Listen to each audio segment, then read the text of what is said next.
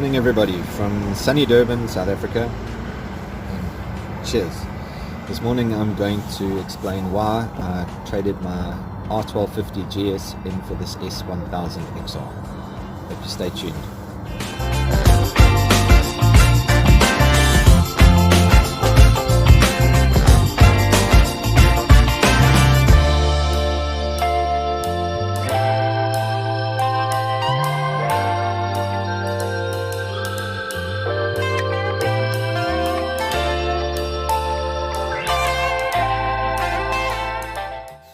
Okay, so why did I trade my R1250 in on the S1000XR?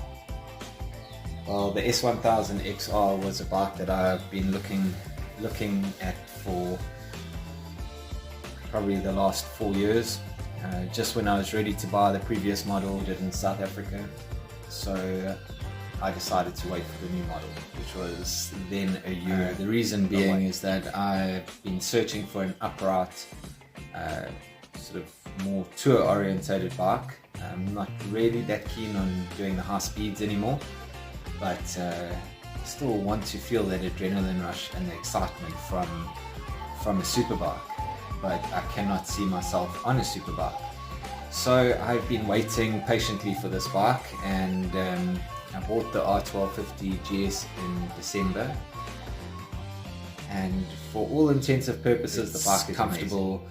It's plenty fast enough, 143 Newton meters of torque, so very torquey, pulls very well, but it just lacks that excitement of a sports bike. So I patiently awaited the S1000XR. It came and I was humming and ahhing whether or not I wanted to buy it.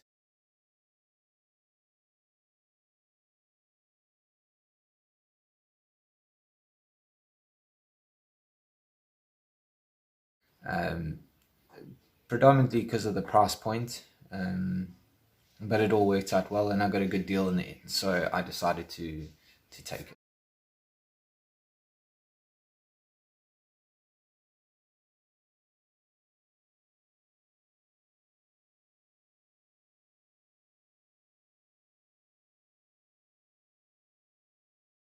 I stopped riding off-road and through rivers and all of that kind of stuff.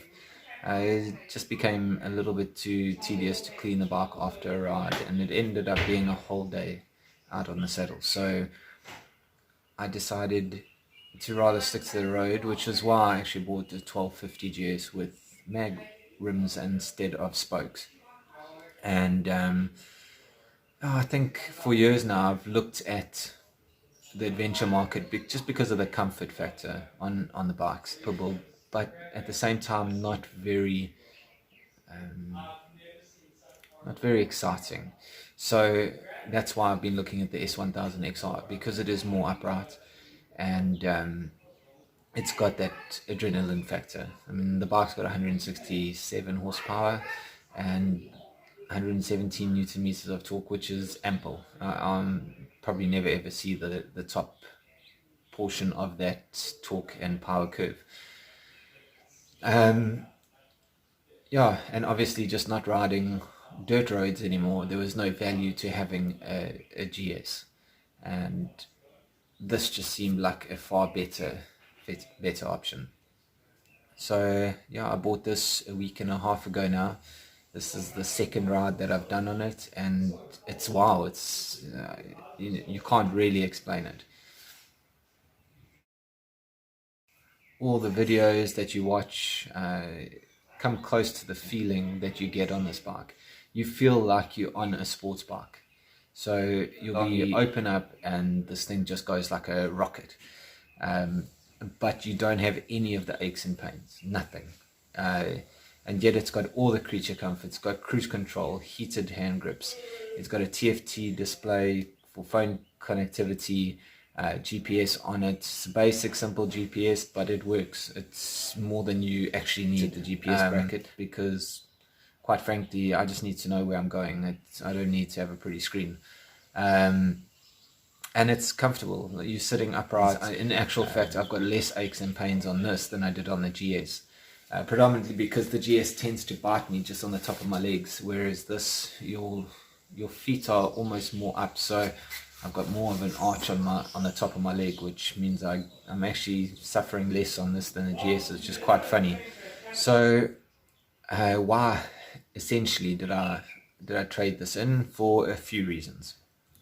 Number one, I believe that riding a motorcycle should stir your soul. It should give you that adrenaline boost.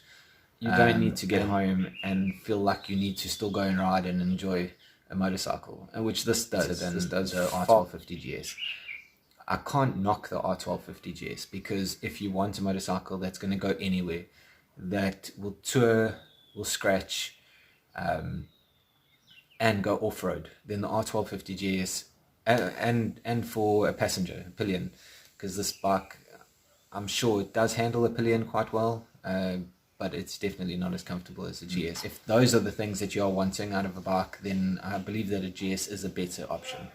But if you want something that's got far more excitement, it's still very comfortable. And I think for some people, this possibly could be a little bit more comfortable than the GS. And you are not going to go off-road, then the XR is a far better option. The bike does have 17-inch wheels, both front and back. It is a chain drive. Its seat is perfectly molded to your butt, which is awesome. The handlebars are upright and the position is upright. So sporty. The new front headlights, which are now symmetrical. The windscreen is adequate. I've heard some people refer to the windscreen being better than the GS. I can't say that it's better. I definitely feel a little bit more wind, but it's more than adequate enough. I don't believe you need anything further, really. There is no tail light on the bike anymore. It's now integrated into the indicators.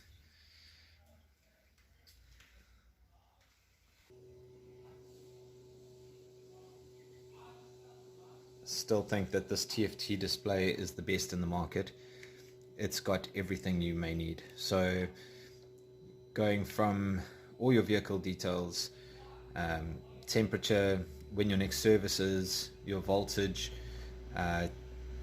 tire pressure monitors, back and front, your trip meters, your range, all of that general stuff.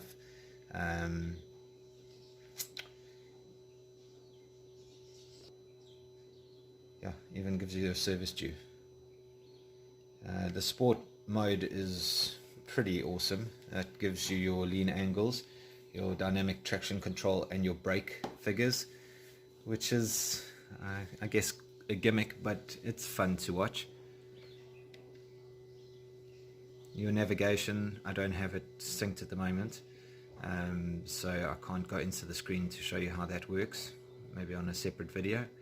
Media as well, your telephone connectivity, so you can make calls from the bike, you can answer calls, you can see who it is, and then your general settings. On this motorcycle you also get dynamic pro mode, and for that you can set your engine torque and throttle response, your engine brake, your traction control, your wheelie control, and your ABS.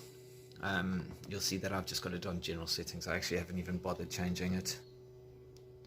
And that's the screen in a nutshell. And obviously it's keyless ride.